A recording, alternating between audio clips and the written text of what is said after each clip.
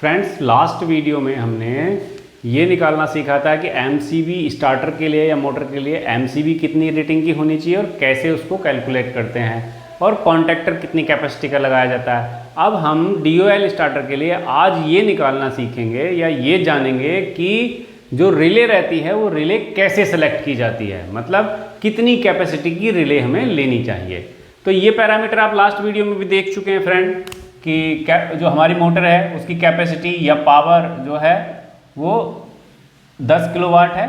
Ampere full load current बोलते हैं इसको, ये एम्पियर 17.39 एम्पियर है। एफिशिएंसी 90% है। पीएफ 0.8 और वोल्टेज 415। ये कहाँ मिलता है ये फ्रेंड मैं लास्ट वीडियो में बता चुका हूँ कि ये सब चीज़ें जो हैं ये जो मोटर की नेम प्लेट रहती है उस पर लिखी रहती हैं, तो वहाँ से हमें मिल जाती हैं।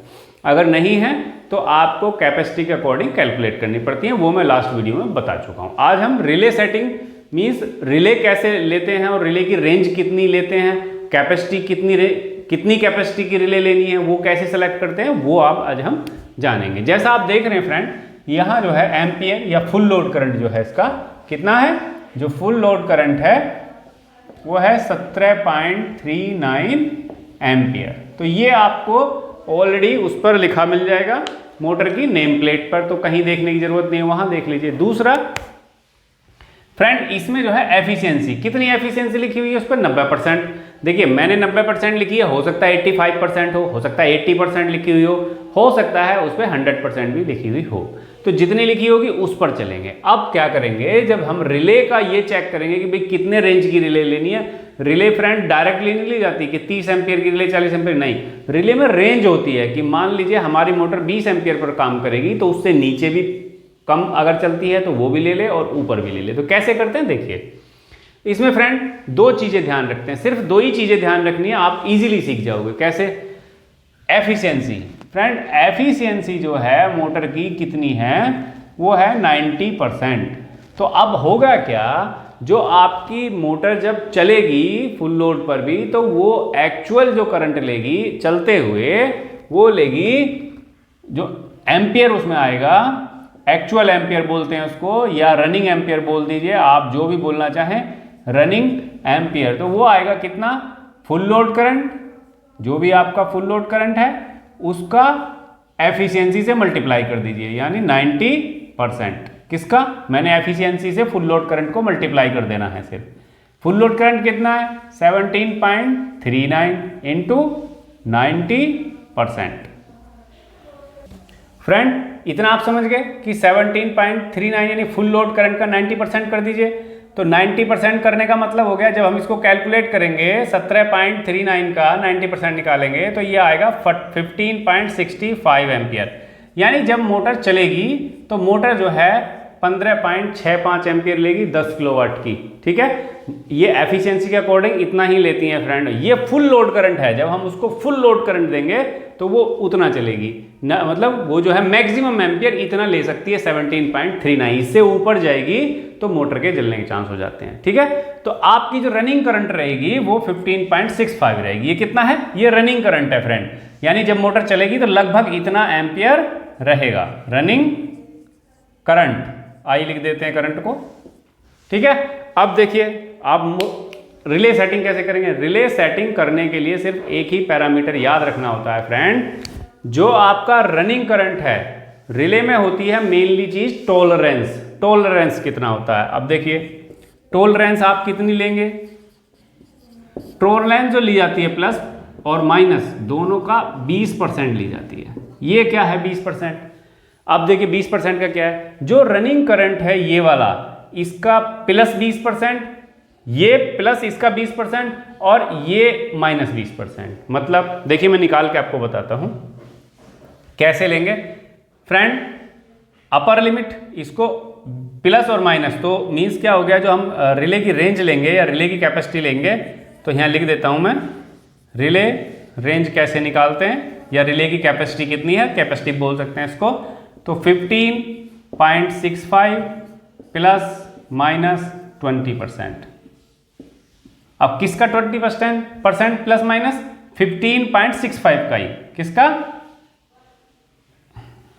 फ्रेंड, प्लस माइनस 15.65 का 20%। ये बात पे गौर देने वाली बात है, ठीक है। मतलब क्या हो गया कि 15.65 जो रनिंग करंट है उसमें प्लस और माइनस जितना ये करंट है उसी का 20%, प्लस भी और माइनस भी दोनों करके रेंज आ जाएगी। कैसे? देखिए ये 15.65 है और 15.65 का 20% अगर हम निकालेंगे तो इसका 20% फ्रेंड परसेंटेज निकालने के लिए बहुत सिंपल होता है। जैसे 15.65 का 20% निकालना है तो 20 डिवाइड बाई 100, ठीक है। तो इसका क्या आएगा 3.13 प्लस और माइनस किसमें 15.65 में, ठीक है। तो अब इसमें क्या करेंगे, एक बार जोड़ देंगे और एक बार घटा देंगे, ठीक है। तो घटाने वाला रेंज पहले आएगा, जैसे देखिए ऐसे लिख देंगे, बराबर यहाँ लगा देता हूँ 15.65 माइनस 3.13 और दूसरा रेंज आ जाएगा यहाँ। अब प्लस माइनस नहीं है फ्रेंड, ये इसको आप प्लस माइनस मत लिखिए, एक बार मैंने इसमें से ये वाला इसमें घटा दिया पहले और दूसरा जो है वो मैं बढ़ा रहा हूँ, 2 करके लिख देता हूँ इसको 15.65 प्लस 3.13, ठीक है। तो अब ये इसमें से घटा देंगे तो क्या आएगा देखिए 12.52, 2 यहाँ 2 लिख दीजिए। अब इसमें जोड़ दीजिए,